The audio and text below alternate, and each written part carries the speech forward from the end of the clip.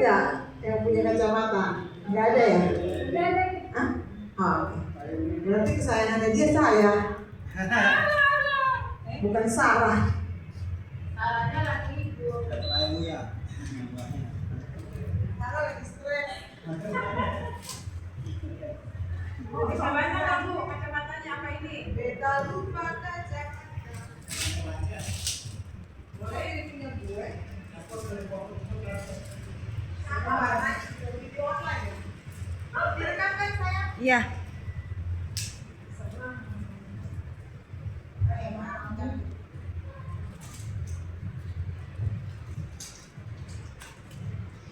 Ya. Suaranya. Ya, jadi tema yang saya bawakan hari ini, jangan menoleh ke belakang. Ya, di Kejadian 19 ayat 17, coba kita sama-sama buka. Kejadian 19 ayat 17. Yang sudah dapat bacakan aja. Ya. Sesudah kedua orang itu menuntun mereka sampai keluar, berkatalah seorang, larilah, selamatkanlah nyawamu, jangan menoleh ke belakang, dan janganlah berhenti dimanapun juga di lembah Yordan. Larilah ke pegunungan supaya engkau jangan mati lenyap.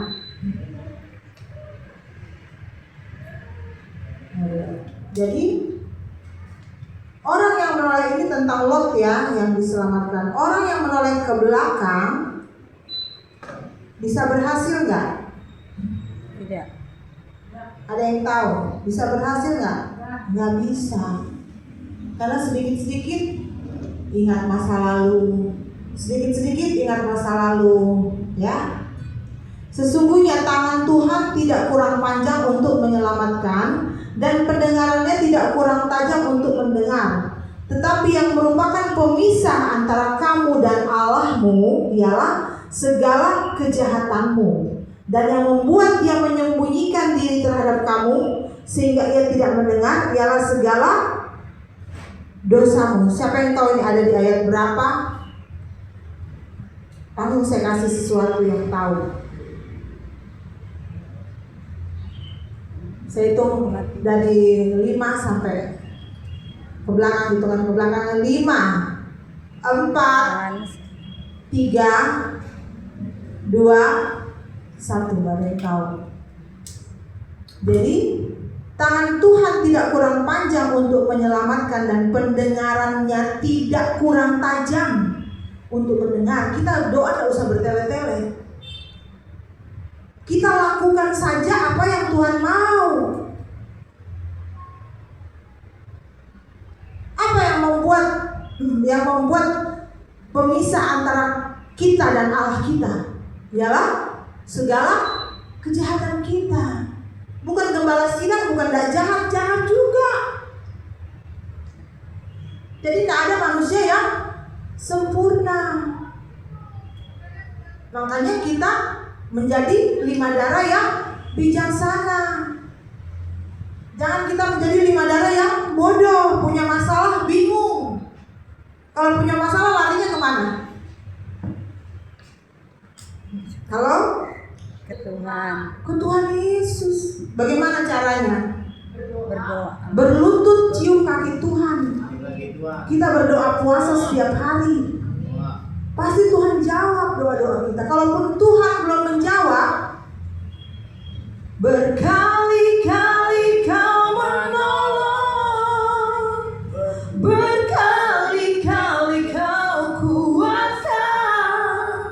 Dalam rasa sakit Engkau ada, Yesus setia. Meskipun Tuhan tak menolongku, meskipun duri dalam dagingku, ku tetap memilih untuk percaya dan mengucap syukur. Jadi kita walaupun Tuhan belum menolong kita, waktu Tuhan adalah waktu yang terbaik. Mungkin kita sedang diproses lewat anak kita, Mungkin kita sedang diproses lewat menantu kita. Mungkin kita sedang diproses oleh worship leader kita. Mungkin kita sedang diproses oleh koordinator kita. Mungkin kita sedang diproses oleh dapur. Mungkin kita sedang diproses oleh pemuji-pemuji kita. Apa yang harus kita lakukan? Melawan darah dan daging. Kita bukan melawan darah dan daging, tapi penghulu-penghulu di udara, roh-roh di udara, dan pemerintah-pemerintah di udara. Kalah nggak kita? Kalau kita face sama orang, kayak kejadian kemarin sampai diviralkan itu malu. Kalah. Kalau kita sudah berantem sama orang, kita keluarkan kata-kata kasar, shalom Bu Gembala. Kita keluarkan kata-kata kasar, berarti kita sudah kalah. Seperti karakter saya dulu. Karakter saya dulu tuh tukang emosian.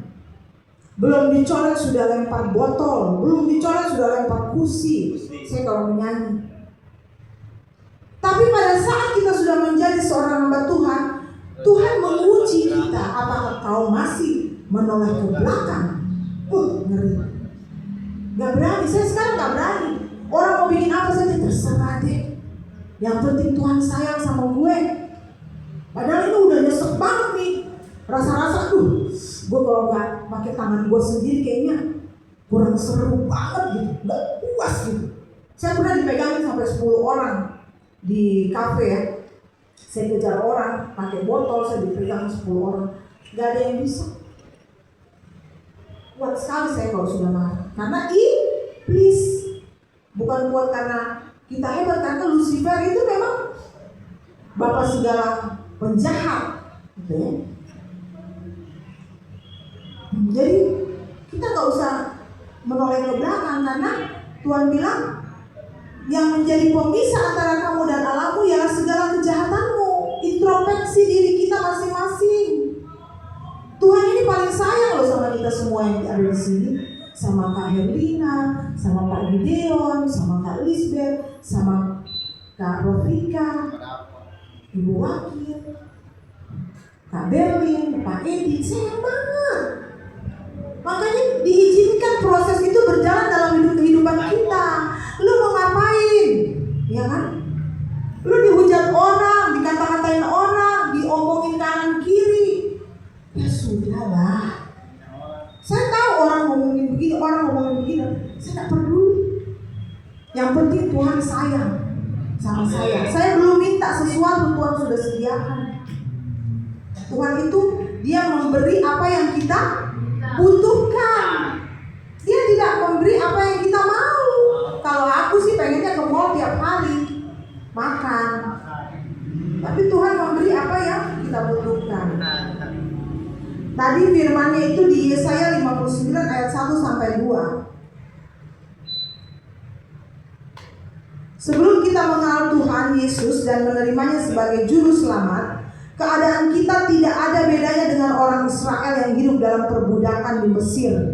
Setelah keluar dari Mesir, mereka terbebas dari perbudakan. Namun setelah keluar dari Mesir, banyak di antara mereka malah ingin kembali ke Mesir demi memenuhi keinginan dagingnya, seperti katanya, kalau kami mati tadinya di tanah Mesir oleh tangan Tuhan ketika kami duduk menghadapi kuali bersih daging dan makan roti sampai kenyang.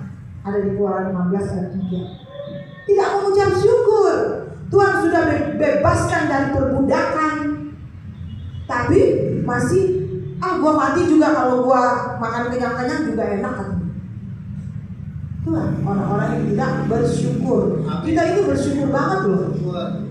Kejadian di sana yang diculik, organ tubuhnya dijual, anaknya diculik, disuruh tebus 250 juta. Kita masih enak. Yang proses Tuhan Yesus, kita menang dikasih mahkota. Kalau yang proses orang Kamboja terus kamu harus cari uang untuk tebus anak-anakmu, saudaramu, keluargamu, bagaimana? Iya kan? Anak saya aja dia mau pergi ke ujung dunia mana, saya berlutut berdoa, kembali. Seperti dukun diputer giling. Gitu. Jadi kita itu nggak usah banyak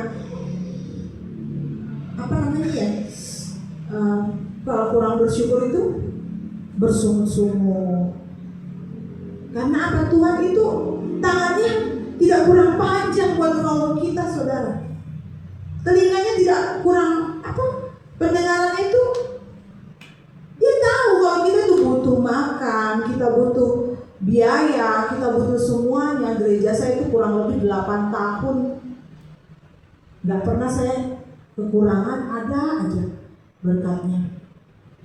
Giliran gak ada tamu, Tuhan sediakan. Gitu ya, jadi kita harus banyak bersyukur. Demikian pun orang Kristen yang telah ditebus oleh darah Kristus harus benar-benar keluar, meninggalkan kehidupan yang lama dan dosa-dosanya, kemudian hidup kudus sebagai imam. Tuhan bilang di firman ini, orang Kristen bukan cuma pendeta yang imam, bukan cuma gembala sidang yang imam, tapi kita semua adalah imam-imamnya Tuhan.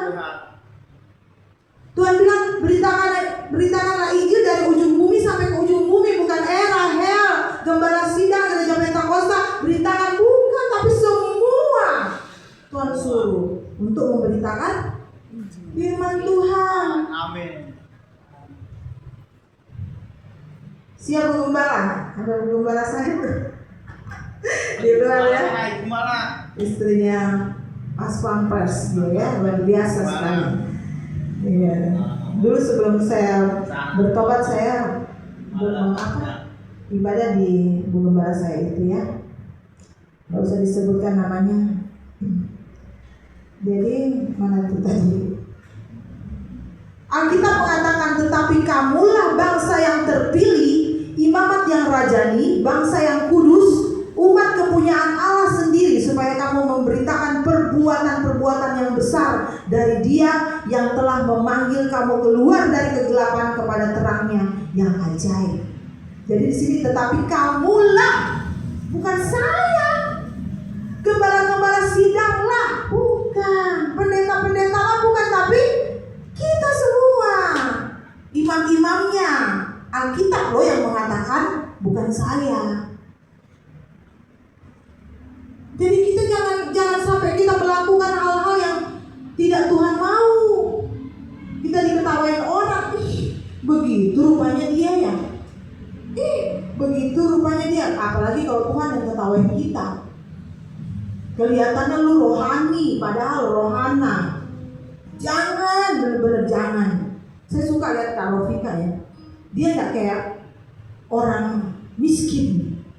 Mental miskin. Saya kalau mau punya mental miskin, saya juga nggak punya apa-apa. Lebih banyak Kak Vika, di rumahnya ada minyak, ada beras, ada segala-gala macam. Saya nggak ada.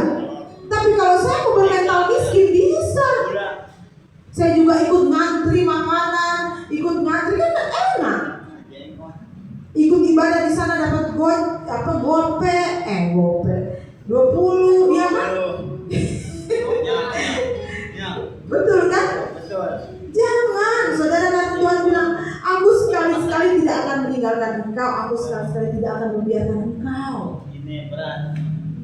Apa yang kita bisa perbuat, kita perbuat. Mana ini? Jadi di 1 Petrus 2 ayat 9 sampai 10. Coba satu orang bacakan dulu nih. 1 Petrus 2 ayat 9 sampai 10.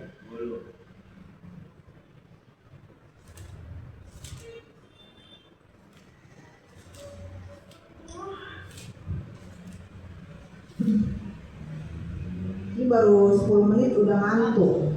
Petrus 2 ayat berapa? Ayat 10. 9 sampai 10. 1 Petrus 2 ayat 9 sampai 10. Iya. 1 Petrus 2 ayat 9 sampai 10. Yesus Kristus batu penjuru. Tetapi kamulah bangsa yang terpilih, imamat yang rajani, bangsa yang kudus, umat kepunyaan Allah sendiri, supaya kamu memberitakan perbuatan-perbuatannya yang besar dari Dia yang telah memanggil kamu keluar dari kegelapan kepada terangnya yang ajaib. 10. Kamu yang dahulu bukan umat Allah, tetapi yang sekarang telah menjadi umatnya, yang dahulu tidak dikasihani, tetapi yang sekarang telah beroleh belas kasihan. Haleluya. Terima kasih kakak sayang. Ya, jadi dibilang di situ, tetapi kamulah bangsa yang terpilih, imamat yang rajani, bangsa yang kudus, umat kepunyaan Allah sendiri, supaya kamu memberitakan perbuatan-perbuatan yang besar dari Allah yang telah memanggil kamu keluar dari kegelapan kepada terangnya yang ajaib. Kamu yang dahulu bukan umat Allah tetapi yang sekarang telah menjadi umatnya, yang dahulu tidak dikasihani tetapi yang sekarang telah beroleh belas kasihan. Luar biasa loh. Kalau kita menjadi seperti ini, beroleh belas kasihan, menjadi umat Allah yang terpilih, seperti Kak Rofika Simanjuntak, dipilih Tuhan, dari kegelapan jadi terang. Seperti Kak Lisbeth, dipilih Tuhan, dari kegelapan menjadi terang. Kak Herlina, Ibu Yoke, saya sendiri, kita semua umat-umat pilihan Allah. Kak Tosya, gak tahu dulu penyanyi di bar mana Kak Tosya.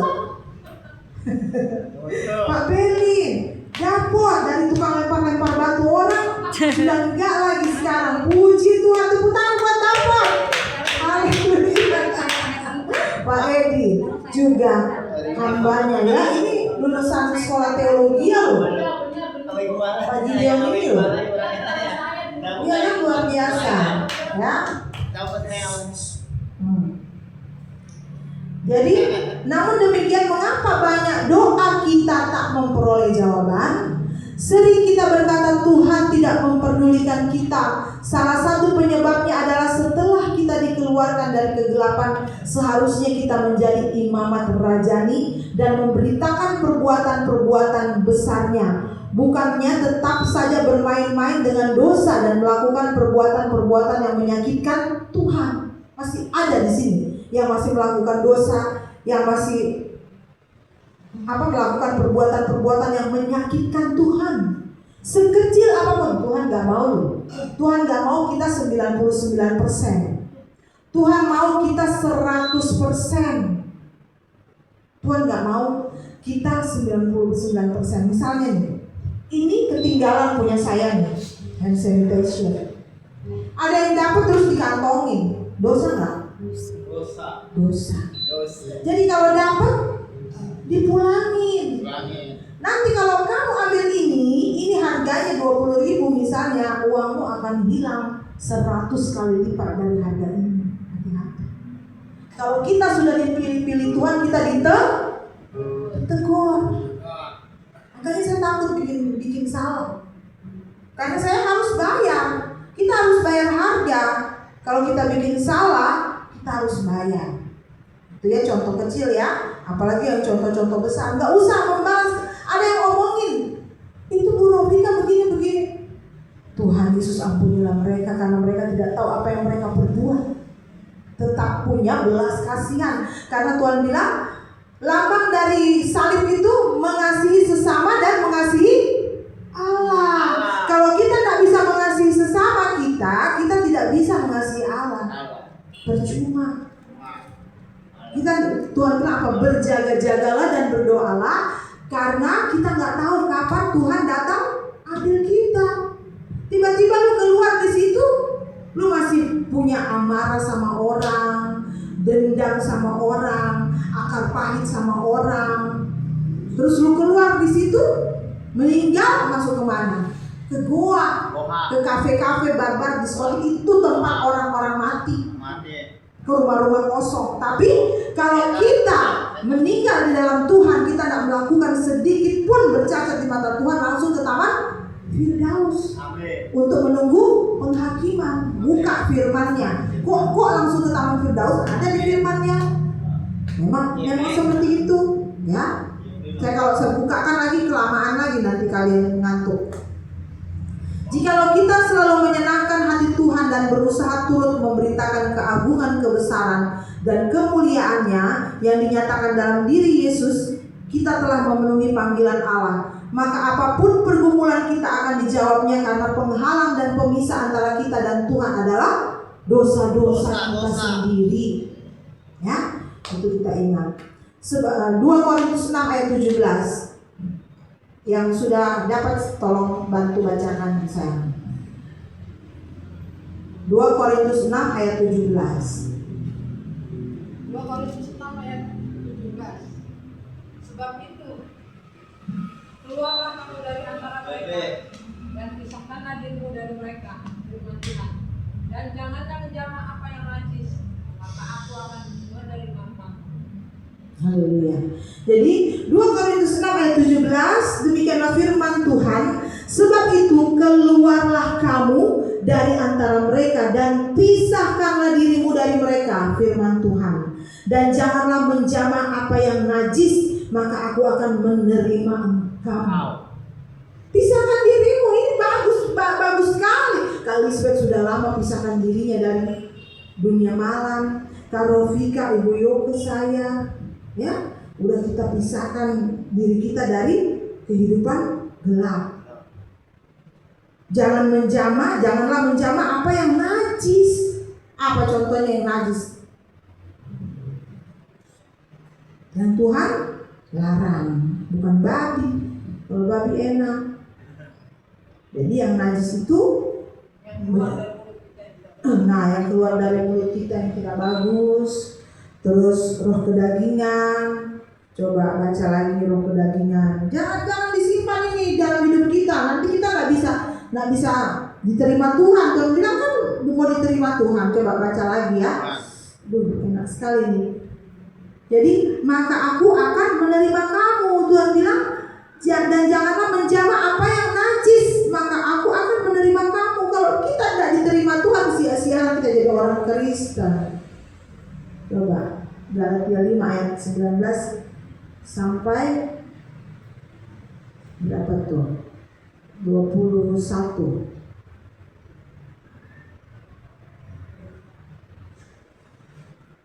Demikianlah firman Tuhan, perbuatan daging telah nyata, yaitu percabulan, kecemaran, hawa nafsu.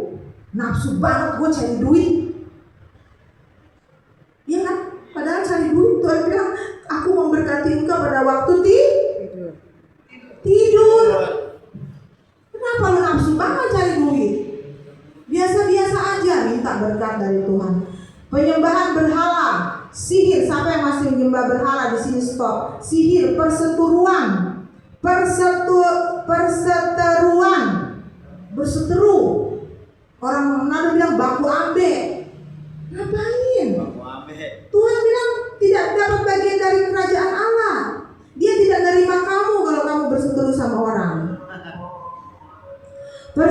Perselisihan, iri hati, amarah, kepentingan diri sendiri, pencederaan, roh pemecah. Nanti Kalisme ceritain, Ibu Herlina begini loh, Kak Toso begini loh. Apa di sini dibilang pencemooh, ya, iri hati, amarah, kepentingan diri sendiri, pencederaan, roh pemecah masuk dalam ribut.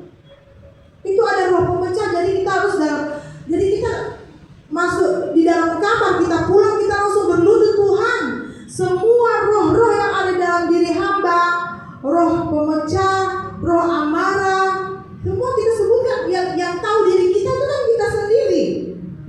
Itu kita sebutkan. Kita minta ampun sama Tuhan. Kedengkian, kemabukan, masih minum nggak? Siapa yang masih minum ini? Pesta pora dan sebagainya. Terhadap semuanya itu kuperingatkan kamu seperti yang telah kubuat dahulu, bahwa barang siapa melakukan hal-hal yang demikian, ia tidak akan mendapat bagian dalam kerajaan Allah. Baik, saya tutup ya firman-Nya dengan buah roh. Tetapi buah roh ialah kasih, sukacita, damai sejahtera, kesabaran, kemurahan, kebaikan, kesetiaan, kelemah lembutan, penguasaan diri. Tidak ada hukum yang menentang hal-hal itu. Barang siapa menjadi milik Kristus Yesus, ia telah menyalibkan daging dengan segala hawa nafsu dan keinginannya. Haleluya. Mari kita satu dalam doa. Terima kasih Bapa, terima kasih Roh Kudus. Engkau baik Tuhan, bahkan teramat baik dalam hidup kami. Biarkanlah firman-Mu tertanam dalam loh hati kami, dan kami menjadi pelaku-pelaku firman menyenangkan hati-Mu Bapa. Terima kasih Bapa, kami serahkan firman ini ke dalam tangan-Mu. Haleluya, yang percaya katakan Amin. Ini, Bu.